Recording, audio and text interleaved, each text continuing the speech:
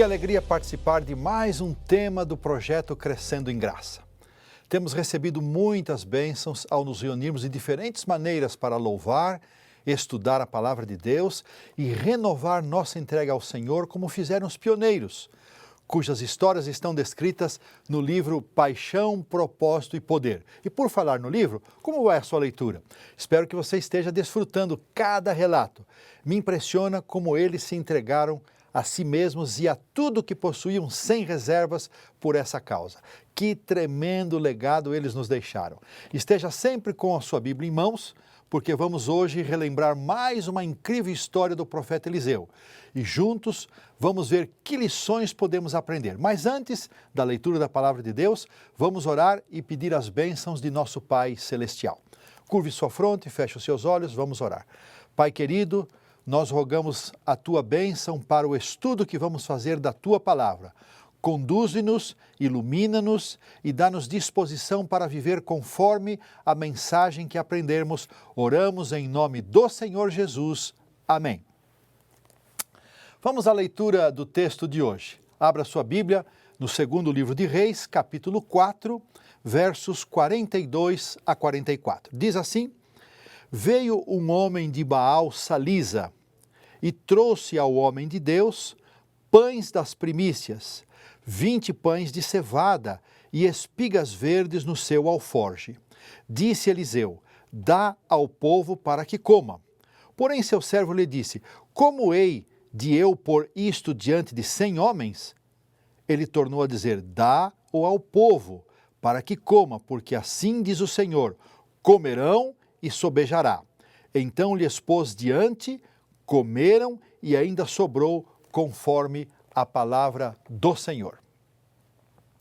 O verso 38 deste mesmo capítulo, segundo Reis 4, nos informa que o profeta Eliseu estava em Gilgal, em companhia dos estudantes da escola dos profetas que ficava nessa localidade. Essa não é a mesma Gilgal próxima a Jericó, onde Josué e o povo acamparam após cruzarem o Jordão. Provavelmente ela ficava mais perto de Betel, onde também estava outra escola dos profetas. Eliseu visitava periodicamente as 3 escolas, Gilgal, Betel, Jericó. O verso também nos informa que havia fome naquela terra. Ao comentar esse episódio no livro Profetas e Reis, na página 241, Ellen White confirma que era uma época de privação e escassez. O relato imediatamente anterior narra um milagre feito por Eliseu, que salvou um cozinhado que havia sido preparado para os discípulos dos profetas e impediu que eles fossem envenenados. Os dias eram difíceis, desafiadores, como esses que estamos atravessando. Nesses tempos mais trabalhosos, nós podemos aprender como aperfeiçoar nossa fé e confiança em Deus. Quando sopram ventos de aflição, quando atravessamos os vales escuros e sombrios da vida, são sempre oportunidades para apegar-nos mais firmemente ao Senhor Jesus e crescer em graça e fé. O verso 42 fala que o homem que levou os pães e as espigas era de Baal Salisa. Esse era um lugar que ficava nas proximidades de Salisa, cidade da região montanhosa de Efraim, onde Saul foi procurar as jumentas de seu pai, conforme lemos em 1 Samuel 9,4. É a única vez que essa localidade é mencionada na Bíblia. Sabemos também que ela ficava no Reino do Norte, onde os israelitas não tinham um templo consagrado a Jeová. Porém, mesmo nos piores dias da terrível apostasia sob Acabe e Jezabel, quando Elias pensou que somente ele havia permanecido fiel, o Senhor lhe disse que 7.000 não haviam dobrado seus joelhos a Baal, 1 Reis 19:18. Como adventistas do 7º dia, acreditamos que Deus também tem um remanescente fiel. Apocalipse 12:17 apresenta o remanescente identificado por aqueles que no tempo do fim, após os 1.260 dias proféticos que terminaram em 1798, surgiriam guardando os mandamentos de Deus e tendo o testemunho de Jesus, que cremos ser a manifestação moderna do dom profético na vida e obra de Ellen White. Vejam aqui a importância da palavra de Deus e do testemunho de Jesus. Deus também tem um remanescente invisível hoje. São as ovelhas que não são deste aprisco. Sobre elas, Jesus disse: a mim convém conduzi-las. Elas ouvirão a minha voz, e então haverá um rebanho e um pastor. João 10,16. Mas essa é uma condição momentânea e transitória. O remanescente escatológico será identificado por sua fidelidade e obediência a Deus, enquanto a maioria escolherá a apostasia. Só haverá dois grupos, como nos dias de Elias. Naquele tempo, de um lado estavam os adoradores apostatados de Baal e um resto, ou remanescente fiel, que adorava o verdadeiro Deus, que nem o próprio profeta conhecia. A adoração está no centro da grande crise que haverá no fim do tempo do fim. A maioria se inclinará ante a imagem da besta, mas o remanescente permanecerá fiel, adorando o Deus Criador, mesmo sob a ameaça de morte. Só dois grupos. A qual grupo vamos pertencer? Se, como adventistas do sétimo dia, hoje eu não levo a sério os elementos de adoração, guarda do sábado, louvor, estudo da Bíblia, testemunho, fidelidade nos dízimos e ofertas, quando não temos nenhuma perseguição, como será a nossa reação sob a ameaça de morte? Para a gente pensar.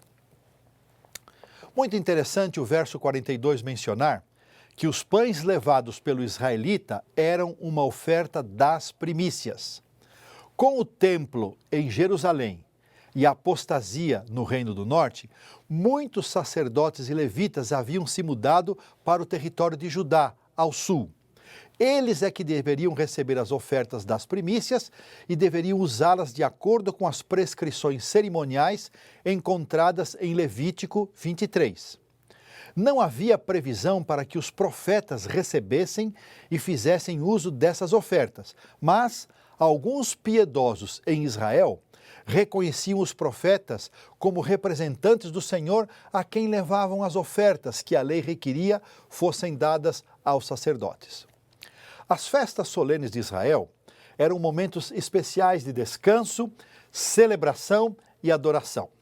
Haviam sido estabelecidas para que o povo de Deus, depois de ter peregrinado no deserto e ter tomado posse da terra prometida, construído suas casas, não viessem a se esquecer que pertenciam ao Senhor. A oferta das primícias geralmente era resultado da colheita da cevada e ocorria no segundo dia da festa dos pães asmos, imediatamente após a celebração da Páscoa. O povo agradecia a Deus pelos frutos que já haviam colhido e pela colheita que viria, especialmente a colheita do trigo. Essa cerimônia possuía um lindo significado.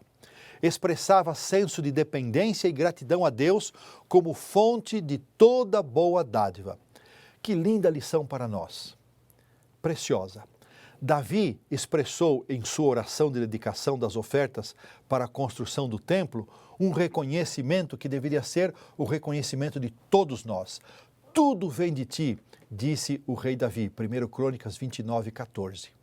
O apóstolo Paulo, no seu discurso em Atenas, falou assim: pois ele mesmo é quem dá vida, respiração e tudo mais, pois nele vivemos e nos movemos e existimos. Atos 17, 25 e 28. Reconhecemos que tudo que temos e somos provém do Senhor? A vida e todas as bênçãos físicas, materiais e espirituais reconhecemos como vindas do Senhor? Como podemos expressar gratidão a Ele por ser o doador e mantenedor da vida? Provérbios 3:9 responde: honra ao Senhor com os teus bens e com as primícias de toda a tua renda. Quando o israelita chegou à escola dos profetas, o verso 42 diz que ele entregou sua oferta ao homem de Deus. Esse título, homem de Deus, de lindo significado, ocorre 30 vezes em referência a Eliseu.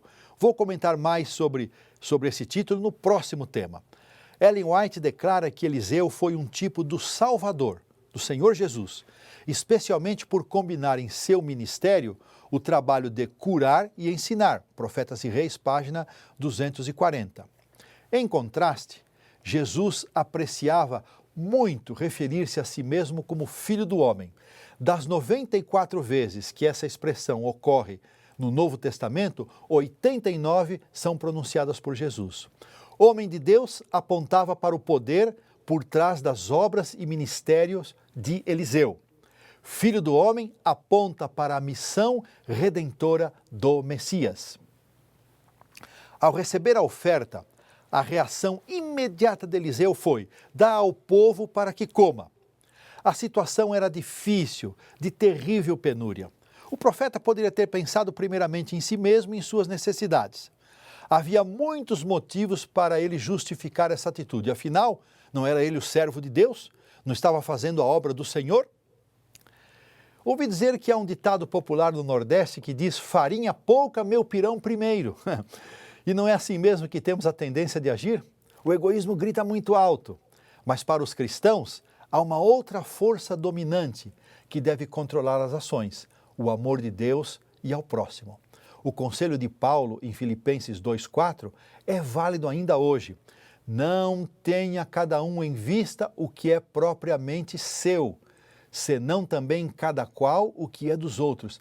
Que tremendo desafio! Além de olhar para o Senhor Jesus, contemplar seu sacrifício, louvá-lo e agradecer por tudo que fez por nós, a palavra de Deus nos orienta a adotarmos o sistema de fidelidade como um poderoso antídoto contra o egoísmo que está impregnado em nossa natureza pecaminosa. Olhem o que Ellen White escreveu sobre isso. Deus planejou o sistema de beneficência a fim de que o ser humano se tornasse como seu Criador, benevolente e de caráter altruísta, vindo a ser, afinal, participante com ele da recompensa eterna e gloriosa. Testemunhos para a Igreja, volume 4, página 473. Nosso egoísmo é tão arraigado que preferimos encontrar razões para justificar a escolha de não sermos fiéis dizimistas e nem darmos ofertas regulares. Ao agirmos assim, perdemos grandes bênçãos materiais e espirituais. Como resposta à orientação de Eliseu para servir os pães e as espigas para o grupo que estava ali na escola dos profetas, o servo respondeu: como hei de eu pôr isto diante de 100 homens? Ele tornou a dizer: dá ao povo para que coma, porque assim diz o Senhor, comerão e sobejará. Verso 43. Essa situação nos faz lembrar do milagre da primeira multiplicação de pães e peixes feita por Jesus. Era tarde e os discípulos queriam despedir a multidão, mas Jesus foi muito claro: dai-lhes vós mesmos de comer. Mateus 14,16. E a resposta deles foi: não temos nada aqui senão 5 pães e 2 peixes. Verso 17. E André ainda perguntou o seguinte: mas o que é isso para tanta gente? Está lá em João 6,7. O relato do Evangelho de Mateus termina dizendo que todos comeram e se fartaram, e dos pedaços que sobejaram, recolheram ainda 12 cestos, e os que comeram foram cerca de 5.000 homens, além de mulheres e crianças. Mateus 14, 20 e 21. O servo de Eliseu olhou com olhos humanos para as primícias, mas o profeta enxergou a mesma oferta de alimentos com os olhos da fé. Para o servo do profeta, a ordem parecia tola e impossível de ser cumprida. Como poderiam 20 pãezinhos de cevada e umas poucas espigas satisfazer a fome de 100 pessoas? Eliseu sabia que o Senhor tinha essa situação difícil sob seu controle. O profeta ordenou que o servo colocasse sobre a mesa os pães e as espigas. E quando a ordem foi obedecida, não apenas houve comida suficiente para todos, como também sobrou. A palavra poderosa do Senhor havia anunciado e realizado o que parecia impossível. Gosto de pensar na reação humana natural quando lemos e ouvimos as orientações do Senhor para separarmos um dia da semana, o sábado, para ser dedicado inteiramente à vontade do Senhor. Ou mesmo quando uma parte de nossa renda deve ser devolvida como dízimo e outra como oferta voluntária. Nossa primeira tendência é achar que essas são ordens tolas, impossíveis de serem cumpridas. E que Deus, em sua infinita misericórdia e paciência, nos ajude a aceitar o convite que Ele nos faz. Provai e vede que o Senhor é bom. Salmo 34:8, primeira parte. Sim, o Senhor nos chama a experimentar sua bondade, mesmo quando todas as evidências contrariam as circunstâncias. Para não desanimarmos, o convite não vem sozinho, ele vem acompanhado de uma promessa. A segunda parte do verso 8 desse mesmo Salmo 34 diz: bem-aventurado o homem que nele se refugia. Nos é dada a garantia de que seremos felizes se acreditarmos e obedecermos. O Salmo 34 contém lindas promessas, uma mais linda que a outra. Tire um tempinho depois de ouvir essa mensagem para ler ou reler o Salmo 34. Deixe Deus falar ao seu coração. Aceite o seu convite de provar e ver o quanto Ele é bom e responde em oração ao Senhor, aceitando o desafio de ser fiel e obediente às orientações de sua palavra. Eliseu falou por inspiração. Um profeta falando por inspiração sempre profere as palavras de Deus. Há poder infinito em Deus. Seus recursos podem suprir as necessidades de todos. O toque de sua mão ou o poder de sua palavra pode multiplicar a oferta mais escassa e pequena. Foi o poder de Deus que fez os poucos pães e as espigas se multiplicarem até que todos tivessem o suficiente para satisfazer suas necessidades. O Senhor aceitou a oferta e colocou sua bênção sobre ela. E o resultado foi maravilhoso. Foi muito além do que o servo podia imaginar ou desejar.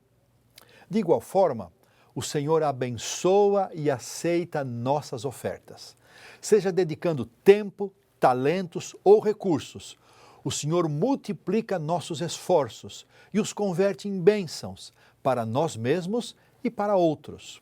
Não devemos olhar para nós mesmos e para nossas limitações, mas devemos olhar para Deus e seu infinito poder de multiplicar o que temos e o que entregamos para a sua causa. O que temos em mãos pode parecer completamente inadequado para satisfazer as necessidades das pessoas, mas Deus se encarregará de transformar e multiplicar o pouco em muito e o muito em bastante. Ellen White escreveu o seguinte a respeito desse milagre: Ele multiplicará por sua bênção a dádiva que lhe é levada com gratidão e oração, como multiplicou o alimento dado aos filhos dos profetas e à multidão cansada. Profetas e Reis, página 243. Há ainda mais uma preciosa lição que podemos extrair dessa história. Ela termina dizendo que comeram e ainda sobrou, conforme a palavra do Senhor, verso 44. O céu está mais perto da terra, além do que se pode ver. Deus está interessado em suprir nossas necessidades muito mais do que imaginamos. Suas promessas são tão reais como seus mandamentos e instruções. O apóstolo Pedro afirmou: lançando sobre ele toda a vossa ansiedade, porque ele tem cuidado de vós. 1 Pedro 5,7. O que preocupa você, meu irmão? O que aflige seu coração, minha irmã? Leve isso ao Senhor em oração, com a certeza de que o Senhor cuidará de sua dor e da sua angústia. Gosto muito das promessas encontradas nos escritos do apóstolo Paulo, que passou por experiências muito angustiantes na vida. Talvez eu esteja pregando justamente para alguém que está atravessando por um desses momentos extremos, desafiadores, angustiantes. Leiam comigo o que Paulo escreveu. E o meu Deus, segundo a sua riqueza em glória, há de suprir em Cristo Jesus cada uma de vossas necessidades. Filipenses 4,19. Posso ouvir um amém à distância aqui de vocês? Ora, diz ainda o apóstolo, aquele que é poderoso para fazer infinitamente mais do que tudo quanto pedimos ou pensamos, conforme o seu poder que opera em nós, a Ele seja a glória na Igreja, em Cristo Jesus, por todas as gerações, para todos sempre. Efésios 3:20. Podemos dizer um amém? Amém. Glória a Deus. Que maravilha, queridos irmãos, que preciosas promessas, que conforto saber que o nosso Pai Celestial promete suprir cada uma das nossas necessidades e que vai fazer por nós muito mais, abundantemente, além do que pedirmos ou pensarmos. E foi pensando nessas lindas promessas que escolhi a história de hoje, extraída do livro Paixão, Propósito e Poder. Stephen Nelson Haskell foi um pioneiro que deixou preciosos legados para a nossa igreja, fruto de sua dedicação à obra do Senhor. Vamos conhecer um pouco mais de sua vida e realizações. Stephen Haskell deixou preciosas contribuições para a nossa igreja. Ele e a esposa Mary fundaram a primeira Sociedade Missionária de Tratados, que tinha como objetivo facilitar a distribuição dos livros publicados pela editora adventista e contribuir com a evangelização, especialmente nas cidades maiores. Ele organizou e promoveu inúmeras dessas sociedades, que depois se tornaria no Departamento de Ministério Pessoal como nós o conhecemos hoje. Ele também foi o criador do sistema de distritos pastorais que a igreja ainda utiliza em todo o mundo. Ele popularizou o sistema de ministrar estudos bíblicos por meio de perguntas e respostas que a igreja tanto utiliza nas suas classes bíblicas. Não foi o autor, mas ele tornou isso um método muito apreciado e aceito. Foi sempre um líder dinâmico e generoso. Serviu como presidente de várias associações nos Estados Unidos. Ao lado de Percy Magen, durante quase 2 anos, 1889 e 1890, ele percorreu o mundo com o propósito de mapear os territórios das futuras missões adventistas. Sua motivação missionária o levou a aceitar chamados para trabalhar na África e na Austrália, mesmo estando viúvo. Longe de seu país e sem uma companheira, sentia-se muito só, mas sempre foi confortado com as mensagens de Ellen White. Na verdade, Stephen Haskell recebeu mais cartas dela do que qualquer outra pessoa fora da família White. Por fim, a irmã White o ajudou a encontrar uma nova esposa, que lhe foi uma abençoada companhia na obra do Senhor. A neta mais velha de Ellen White, Ella Robinson, escreveu um livro sobre a vida de Stephen Haskell e conta que certa vez, enquanto seguia seu itinerário pelo estado da Geórgia, o pastor Haskell sentiu-se impressionado a descer do trem de maneira abrupta, inesperada, numa estação que estava praticamente deserta. Como não havia ninguém na estação, ele e o seu companheiro oravam silenciosamente ao lado da bagagem, esperando para ver o que Deus havia reservado para eles naquele lugar. De repente apareceu um carro. O motorista os cumprimentou e perguntou: "Estão esperando alguém?" "Não", disse o pastor Haskell, "mas talvez você saiba nos dizer se há adventistas do 7º dia por aqui." "Ah, sim", disse o homem, "há uma família que mora a cerca de 10 quilômetros daqui. Ficarei contente em levá-los lá." Ao chegarem, bateram a porta várias vezes, até que ouviram uma voz frágil convidando para entrar. Logo perceberam que havia alguém doente naquela casa. A mãe e as 2 filhas estavam enfermas e a mãe já bastante debilitada. O pastor Haskell tomou sua Bíblia, leu algumas promessas e orou por elas. Essa família cuidava de uma escola que ficava ao lado da casa delas e servia toda a comunidade que vivia ali nos arredores. Na manhã seguinte, quando as crianças chegaram na expectativa de terem suas aulas, foram recebidas pelo pastor Haskell, que explicou a situação das professoras e dispensou aquelas crianças por 2 semanas. Anos mais tarde, aquela mãe contou a ela, neta de Ellen White, que bênção foi a chegada do pastor Haskell à sua casa naquele momento tão difícil para elas. Uma prova do espírito de dedicação e entrega dos talentos e bens dos pioneiros aconteceu quando o pastor Haskell trabalhava em South Lancaster, na costa leste americana. Ele e sua primeira esposa haviam lutado e economizado por mais de 20 anos para pagar a casa própria. Logo após quitarem o financiamento, ficaram sabendo de uma crise financeira em Battle Creek, então sede da Associação Geral. Havia uma necessidade urgente de $3.000. Com espírito de oração e alegria, Haskell e sua esposa refinanciaram sua casa e mandaram o dinheiro para a sede da igreja. Posteriormente, ele reconheceu que no momento foi uma grande prova para eles, mas que Deus lhes havia recompensado 10 vezes mais em todos os sentidos. Que tremenda experiência! Que o Senhor impressione o nosso coração a vivermos uma vida de fé e confiança na palavra de Deus. Vimos nesta mensagem que Deus sempre teve um remanescente fiel e não é diferente hoje. Cremos no remanescente escatológico, que permanecerá fiel no tempo do fim, quando somente 2 grupos existirão. A qual grupo vamos pertencer? As primícias expressavam tanto gratidão e reconhecimento a Deus. Reconhecemos que tudo quanto somos e temos vem do Senhor. Eliseu deu um lindo exemplo ao entregar a oferta para alimentar os estudantes. O seu servo não teve fé, mas nós somos chamados a crer e viver de acordo com a palavra profética. Vimos também que Deus ouviu a oração de seu servo e multiplicou os alimentos e atendeu e satisfez a todos. O Senhor nos chama para viver uma vida de fidelidade na guarda do sábado e na devolução dos dízimos e ofertas voluntárias. O Senhor promete multiplicar tempo, talentos e recursos para dedicarmos à igreja. Existem lindas e preciosas promessas na Bíblia que falam do cuidado de Deus por nós. A história de vida e dedicação de Stephen Haskell é um grande exemplo para todos nós.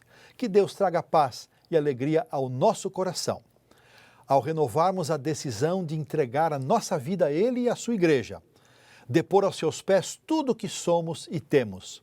Que o Espírito Santo nos ajude a vencer o egoísmo paralisante de nossa natureza pecaminosa. Que a graça do Senhor Jesus nos conforte e fortaleça. Quero convidar você a orar. Pai querido, te agradecemos mais uma vez por termos sido abençoados com o estudo da Tua Palavra. Ajuda-nos, Pai, a renovarmos a nossa decisão de fidelidade, de entregarmos a Ti tudo o que temos e somos em reconhecimento a tudo que o Senhor tem feito por nós. Guarda o nosso povo, protege a nossa gente e abençoa-nos em nome do Senhor Jesus. Amém. Um grande abraço a todos e que Deus nos abençoe.